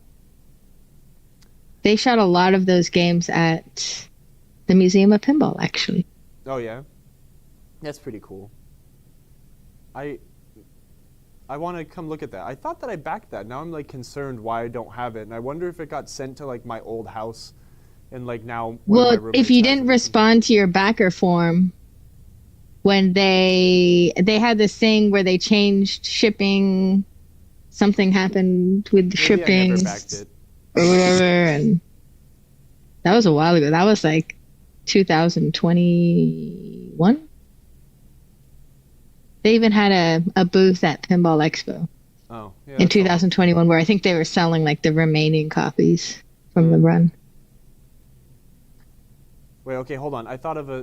So what was your point? Sorry, I totally threw you off tangent. But I'll bring that book so you can see it. I think it's interesting the story of Gary Stern's legacy, the pinball, like Data East, or Stern, Data East. We need a Sega, biopic on Gary Stern. Hold on. We got the Roger Sharp one. Now we need the Gary one. Why can't I? Hold on.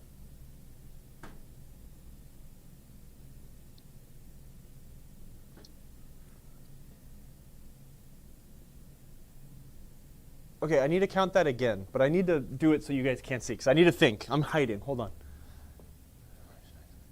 Oh, he's thinking of a trivia question. Yeah, this is a good trivia question, too. He's got to hide to think. Peekaboo! I know, I can't. Okay. No, there he is. Here's a question. Here's a question. Everyone get ready. I'm going to give everyone a second to get ready. I'm going to give our friends in Europe a second to prime their hands, since they're on a little bit of a lag. And I also have to think of how I can formulate this question to make it make sense. But I think I've got it. Overall, the total number, how many pinball machines have been made based on the Star Wars license and universe?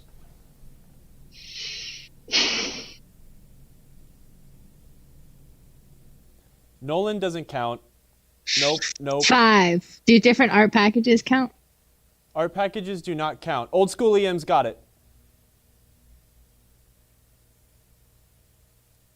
It is 6. It's 6? It is 6. What is it? What are they? Let's count them and let's make sure I'm right. The Australian one, the Hankins Empire Strikes Back, Data East Star Wars, Sega Star Wars, Star Wars Episode 1, Stern Star Wars, and The Mandalorian. Am I forgetting any? The Episode 1 is the 2000, Pinball 2000 game. Yeah. See, that's why I wanted to ask that one, because that one's goofy. Ooh, small town the home pinball. pin. Small. Okay, that should count. Yes, that counts. It's a different game. Sorry, Old School EMs. Dragger was the first. Dragger no, wins. Ben Robb was. Ben Robb was the first 7. Oh, really? Oh, he doesn't win. No, I'm just kidding. He wins too. Kyle does. Yep. Nope. I was wrong. No, Ben Robbs wins. He wins. Ben Robb awesome. wins. Send me your shipping address to marcotv@marcopinball.com. Good one. I forgot all about the home Star Wars. See, that's why I had to go off camera and do all my camera. Dang. Look at that. We all trivia together. Okay, now I'm thinking of another good one like that. Nolan comes in. Here's one that I want. Actually, I want the answer to this one. Let's do an open trivia. Like, there's no winner and there's no question. Okay. But how many? Yes, I games? do. I'm looking to get y'all's email address, but anyone that's a sub a subscriber to our channel, thank you so much, first and foremost. I'd love to send you a Pin Game Journal calendar as well next week. So if you could email me your shipping address to marcotv@marcopinball.com, that would be awesome. You'll have it's a really beautiful calendar, and it's March, and we have some, and y'all need to hang these up. Running out of months. Yeah, we're running out of months. Those Star Wars games are good, though. There's some good ones in there. How many games has Bill Paxton been in? Twister. Alien. I've heard this one. Then you've got the Bill Paxton pinball game. But I know Twister, Alien. He's in Alien. I mean, technically Predator, right? Like, I don't know if he's featured in Predator at all, but I mean, he was in the movie, right? So, was Bill Paxton in Independence Day? No. Mm-mm. He wasn't in that movie. He was in Apollo 13? Apollo 13. Okay, yeah, see? That's what I think. Bill Paxton is my favorite pinball actor. He's been in so many games. Not Arnold. Well, Arnold has been in lots of games too. Terminator. Last Action Hero. And then I guess, I don't know, was Predator... Body. Predator, I guess, technically. That's his chest in the middle of the playfield.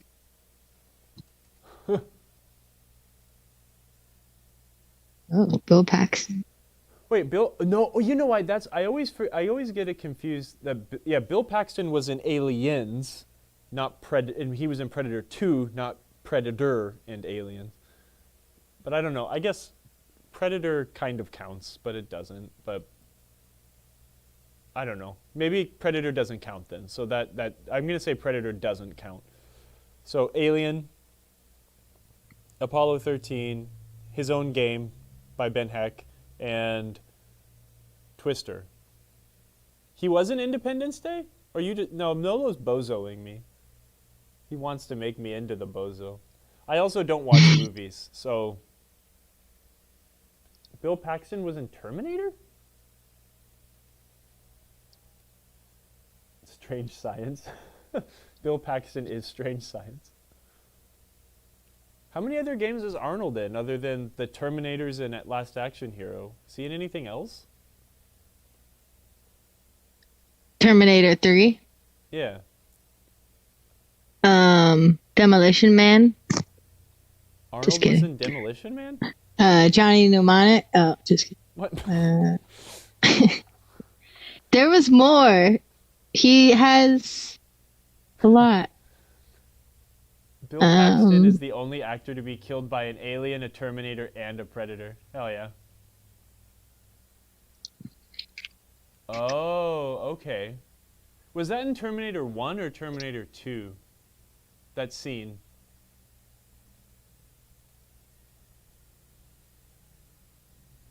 I haven't seen those movies in a long time. Predator. Terminator 1. Okay. Oh, Terminator 7. What? I should watch that movie again. I don't think my wife's ever seen any of those movies. They're interesting. Now I'm trying to think of more pinball trivia because Bill Paxton question was good. I'm glad we had this discussion.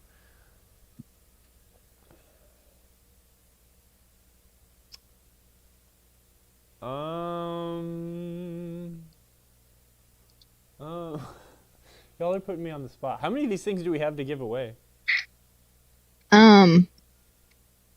I think we did a pretty good amount.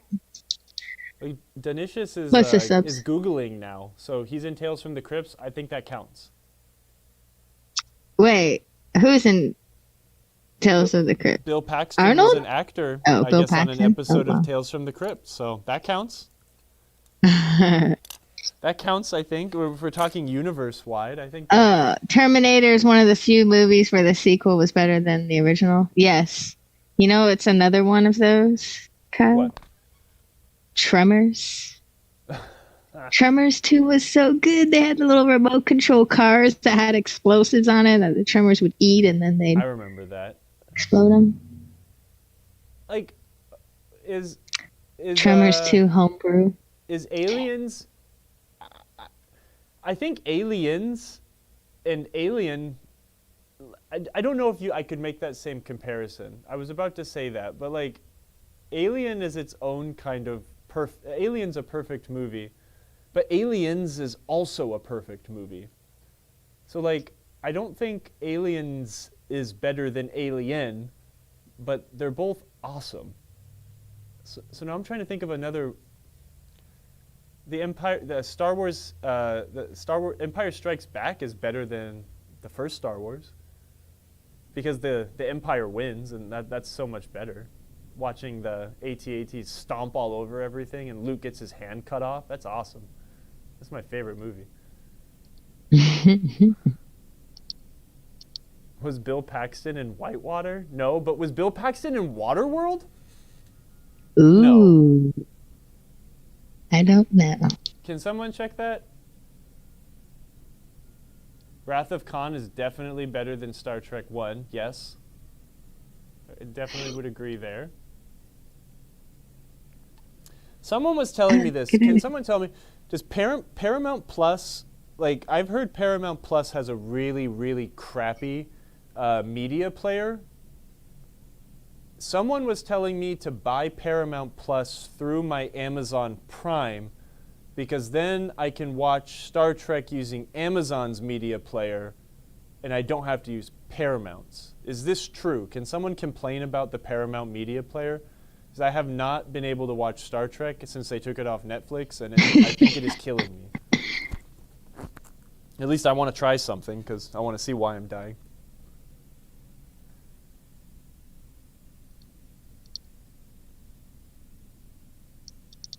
Now we're on the Star Trek. Don't get me started on Star Trek talk, because I'll talk about Star Trek forever. High Speed 2 is better than High Speed. We got a Pinball sequel that's better than the first. Black Knight 2000 is arguably better than Black Knight 1980. I'd say that's true. I use Paramount Plus for Star Trek and have always had sound glitches. All right, that's all I need to hear. Figgy Dan likes High Speed better. I kind of like High Speed better too. ZZ Top makes me kind of want to like walk into traffic sometimes, hearing that same riff like 10 million times. I like the sound. The soundtrack to High Speed is so much cooler too. The da na na na na da na na na na na na da na da na da na da da da da. That's so good. I'll never get over that. Best game feature ever was Banana Flippers. Agreed, but the worst game feature ever is a video mode. So you have to agree with me on that one too. The Police Are Incorporated better? Yeah, I think the choreography was better overall. The overall like being chased by the police feeling instead of just like adrenaline. Danish's actually, I don't think Firepower 2 was the first sequel. I think Fireball 2 might have been the first sequel. Maybe yeah, probably. 1971 Fireball. Video modes are awesome. Yeah. No, Kyle doesn't like video modes. Untrue.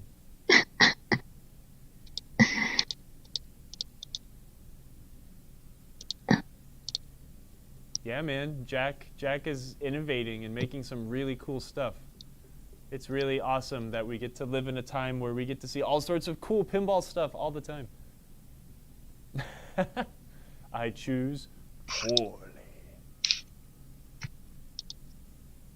That's right. Only monsters put LEDs in flasher sockets. So glad Pulp Fiction can't have a video mode. That was the first thing I was like, oh no, there's not going to be a video mode.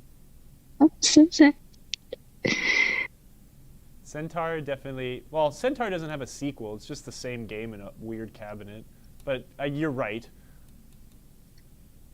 I like your video mode gag, Danishus. That was very funny. The But the thing is, like, Indiana Jones actually has some pretty cool video modes. Like, that game actually has some pretty neat ones. Like the with the goblet and the following the thing. Like, I like that video mode. We're always gonna just end this show on me complaining about video mode. Williams Or Indiana cool Jones. lights. Cool white. The shooting the dudes in the bar, I like that. Because I also like Attack from Mars. I really like the video mode where you're shooting down the saucers with the sweep. I do. Fishtails has a pretty cool video mode. That one's funny. And what's it called? Dracula. I like Dracula's video mode. That one's pretty good.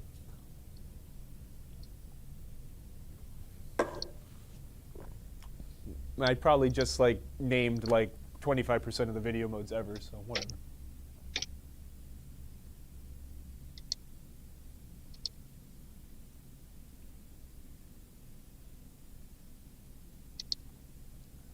Black Rose's video modes are all trash. Semi-agreed.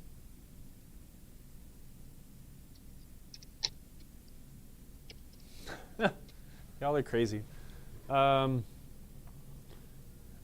I think someone where was that comment? Oh, about the barnyard multi-ball in Medieval Madness. I think that's the fun thing that we're getting to. In pinball, there's two kinds of magic, right? There's software and digital magic. There's electronic magic, and then there's physical magic. And a game is truly great when both of those things come together really well, right? There's a lot of games out there, and I'm not going to name any specifics. We don't have a lot of time to think about it, but there's a lot of games that maybe have like a lot of really decent physical magic, but the electronic magic isn't that great. I mean, a lot of like Gottlieb games from the 80s are like that, unfortunately. I mean, there's games that are also like that. Now, also, that these sorts of things are definitely opinion-based, right? Because some people like things that other people don't, whatever. But when you get like a perfect blend of physical satisfaction and electronic magic, that's when you have a perfect game, right? And you get things like, we're talking about how really neat and innovative, how fun the dead post is, the overdrive post on Foo Fighters that kicks the ball back into the game for us. Like, that is fun physical magic, right? Bashing the trolls in Medieval Madness is fun physical magic, or bashing the castle gate until you shoot it in the castle and it explodes. Like, that's fantastic, right? And it's the same thing where I could take my 60-year-old mother and sit her down in front of Medieval Madness, and within 5 to 10 games, she'd understand what she needs to do to progress or to make things work better, right? That's the electronic magic in a game. And when those things are melded together perfectly, Deadpool. I am describing Deadpool. Deadpool's a perfect game. It has both of those things. You have games like Attack from Mars, Monster Bash, Medieval Madness. Those are all perfect games in their own respect, right? I think, whoa. Some light just went really bright and then turned off. Okay, no power surge. It was just a weird light. I think so. What we run into is some people might prefer the electronic magic more than the physical magic, or some games might have more based really deep in one than the other. Personal opinion. This is a personal opinion. I really like the layout of Avengers. I really like making the ball do all this wacky stuff on the Stern Avengers, the more modern one. But I don't like the rules because I don't understand them, and I still can't gather exactly what to do. I feel like, to me, I like to judge these things by if I can sit and play the game and figure it out myself, then that's like extra points for me. But if I need to like watch a bunch of tutorials or read like a book, then that like detracts for me. But that's fine because there's so many other people out there that want those incredibly deep games, and that's great.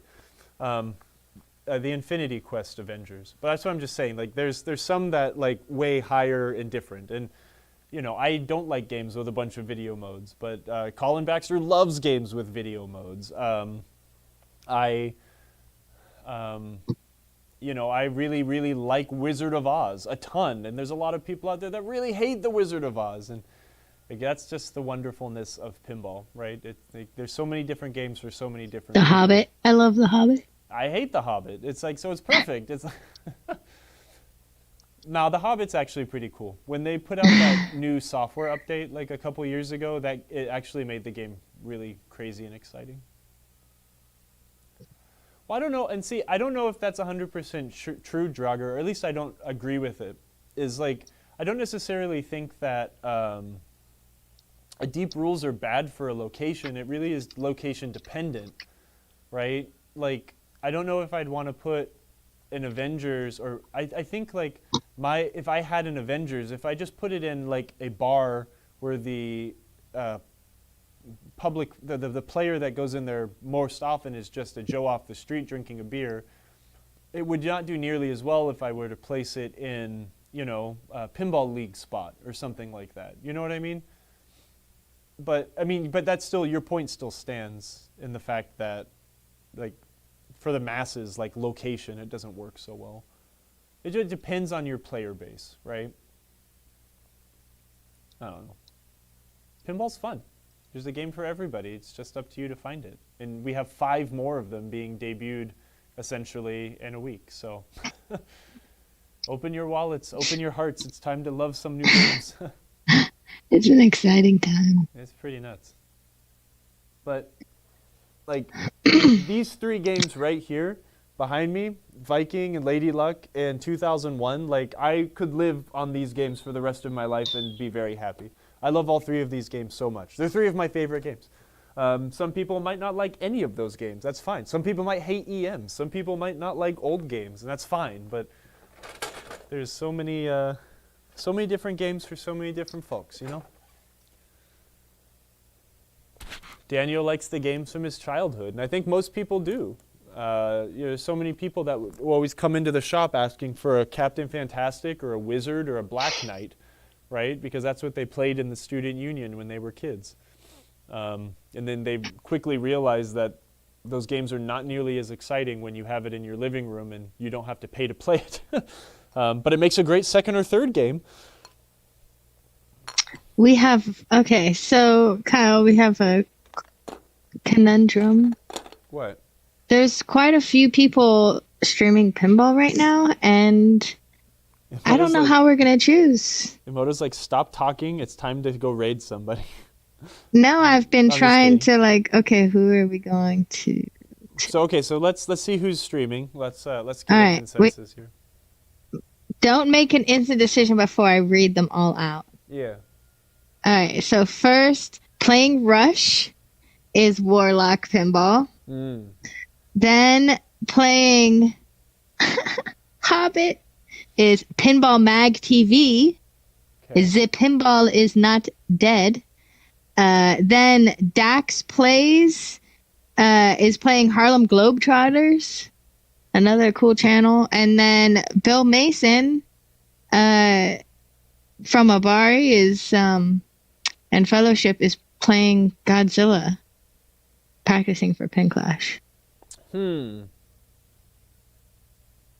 know. Does anyone in the chat want to give us a suggestion of who we should raid? I wish we could just go raid everyone. Yeah, I might say Warlock just because I haven't seen Cliff online for a minute. Bill Mason is awful close to Bill Paxton. No, that's true. That's true. Pin Clash is not over yet. I think they're still practicing, right? I do want the golden oldies. I know that Manu is going to stream something. What was he? It's May 13th at 3 p.m. Eastern on IE Pinball on Twitch. It's going to be an epic battle. May 13th? Oh, so it's not... May 13th. That's not the same time as Golden State, so that's good. It's right before Golden State. Yeah, just a couple weeks. It's the same weekend. No, yes, you're right. Yeah, 'cause Golden It's State's always the week after Mother's Day. May 13th is the Saturday before Golden State. Oh, okay. Oh, it's the weekend before Mother's Day, right? Mother's Day is at the end of May in America. Whatever. Who cares? All I know is I'm excited to go back home because I need some In-N-Out. I need to go to my favorite tiki bar and go get a bunch of Mexican food. I vote for Warlock, and the only other person that said something about this was Colin, so we might need to go see Cliff. Yes, we are going Jiggy to TPF. Dan, we're going to TPF. See you in less than a week. We'll be setting up in less than a week, Kyle. God. Aren't you excited? No, He's but so I'm excited excited. for once it's all over.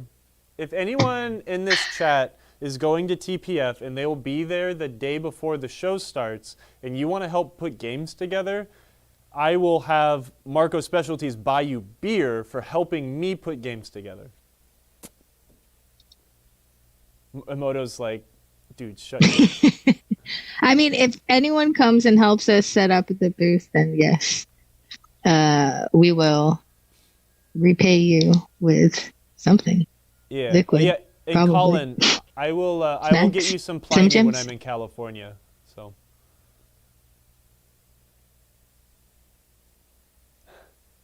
Saturday, well, Figgy Dan, come by and say hi at least, come say and hi. I look be like, this. I'm Figgy Dan. I look like this. I have tattoos on my arms. I look like a No, degenerate. he looks Come like say hi to me. this. When you look at Kyle, you'll know it's Kyle because you'll be like, because he's 8 feet tall. So No. I'm only like Nah. 2 meters tall. nah. All right, Kyle, it's that time. Say goodbye. Goodbye, friends. Thanks for watching me be defeated by Elvira.